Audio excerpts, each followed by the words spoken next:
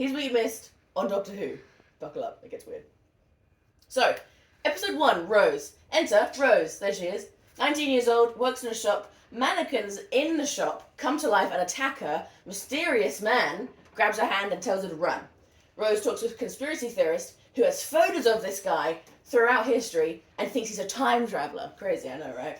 Rose and the Doctor team up to fight the Nestine consciousness, which is basically just the plastic overlords under the London Eye. Rose decides to leave her cuck boyfriend Mickey and travel through time and space with the Doctor, even though she's 19 and he's like 900. But don't think about it. So there's Mickey in plastic form. These are the guys. And this is the TARDIS. Time and relative dimension in space. I speak on the inside. You're going to hear that a lot. Cool. Episode 2. The End of the World. Doctor and Rose go to the year 5 billion to watch the Earth die by the sun exploding or something. Enter Cassandra, a large piece of skin stretched over a frame attached to the brain of the last human. She's kind of racist. Or specious. She's like all pure. Because she's like, oh, I'm the only real human. Everyone else crossbreeded and whatever. Alright. Enter the face of Bo. He's a giant face in a jar. It's not really important now, but he'll be important later, so just remember him. Cassandra assassinates several people on the space station so that her stock prices increase. The real evil. And then she overheats in the sun and explodes. And then we learn that the Doctor is the very last Time Lord. Episode 3, The Unquite Dead. Ghosts! That's it, that's the episode. Also, Charles Dickens is here. Next episode, Aliens of London, our first two-parter.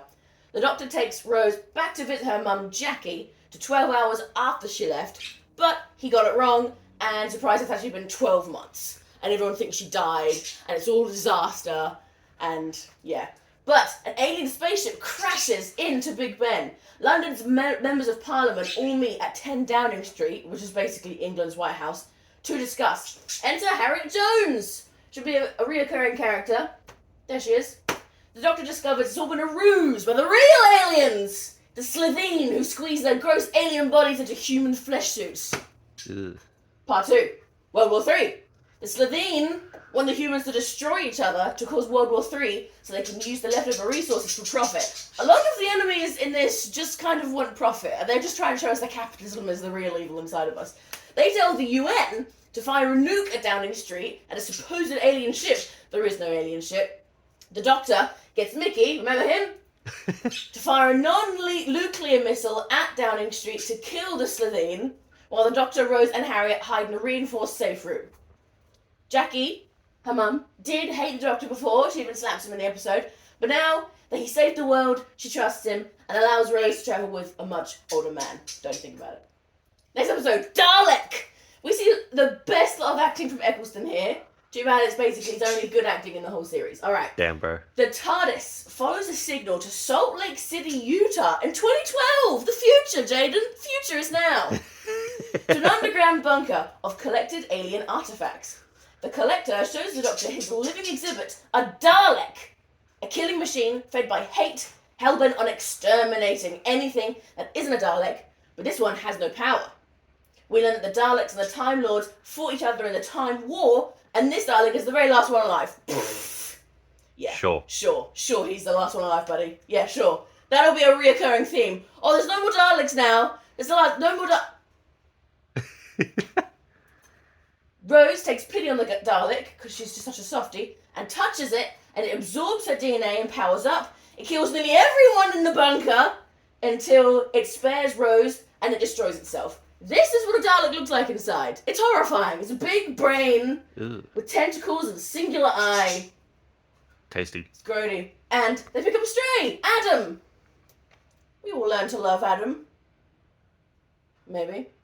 The long game. Simon Pegg's in this one. Yo! There he is. The media controls people. What but actually, they all go to this big satellite called Satellite 5 that pumps out fear-mongering journalism, basically.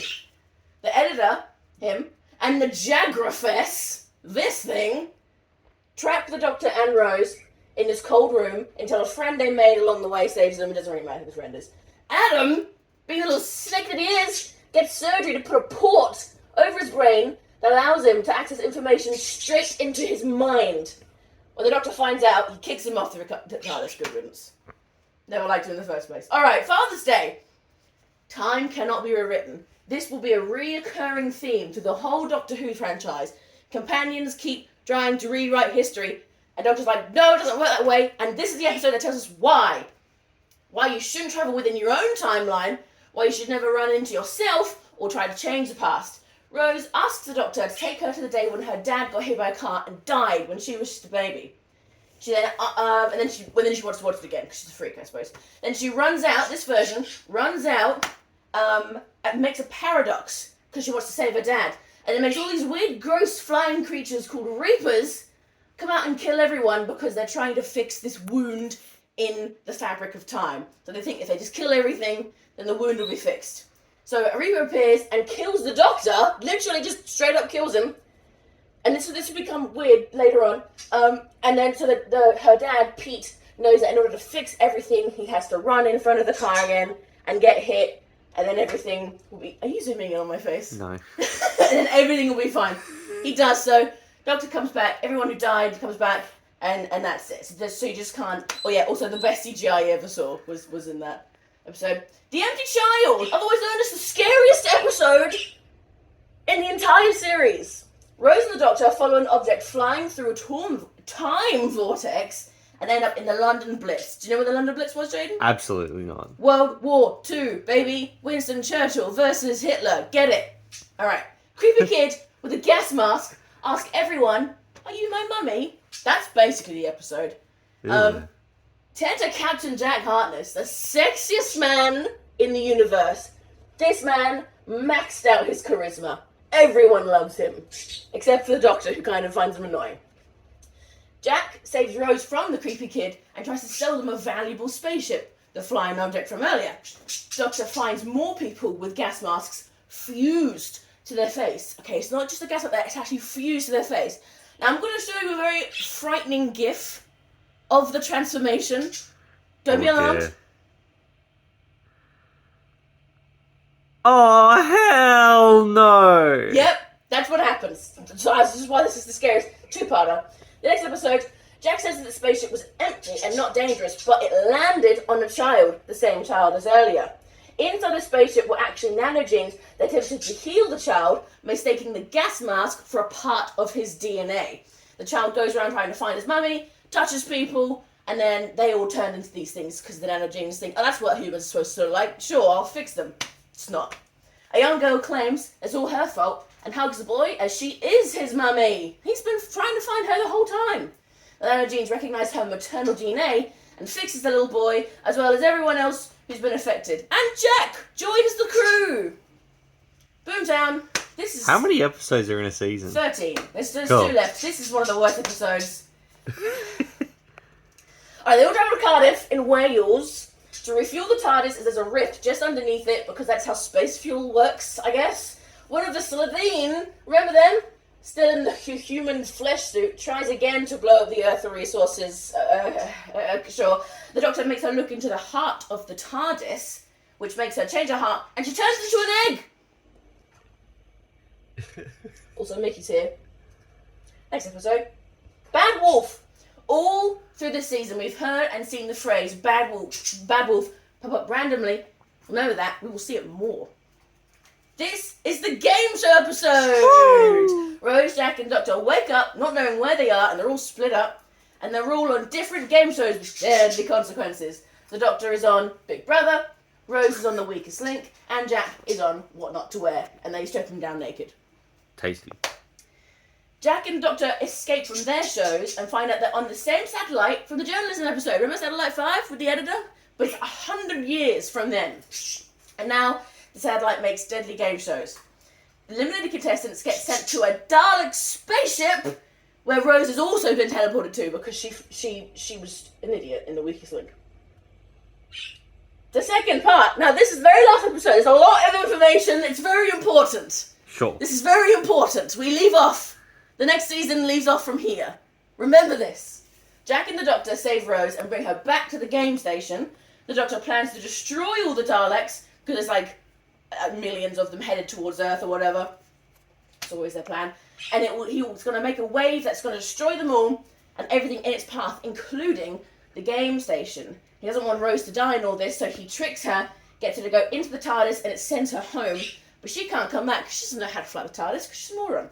Jack is killed with others Dun dun dun. by the Daleks. Rose sees the words "bad wolf" everywhere. She sees it painted here and literally all over London. And she realises, I need to go. It's a sign, it's breadcrumbs. I need to go follow them. So she pries open the heart of the TARDIS. Where am I to? Yes, and it gives her powers. She travels back, gives her powers. She destroys all the Daleks. She brings Jack back to life because that's how time things work. Life-giving, sure. And then she scatters the words "bad wolf" as breadcrumbs throughout the whole universe for her to follow up to this one moment. The Doctor kisses her to absorb the heart of the TARDIS back, but the energy is too much and it kills him. Or does it? And then it'll be the next episode. Marvelous. Unreal. Yeah, I was like slightly out of breath the whole time. Yeah, the whole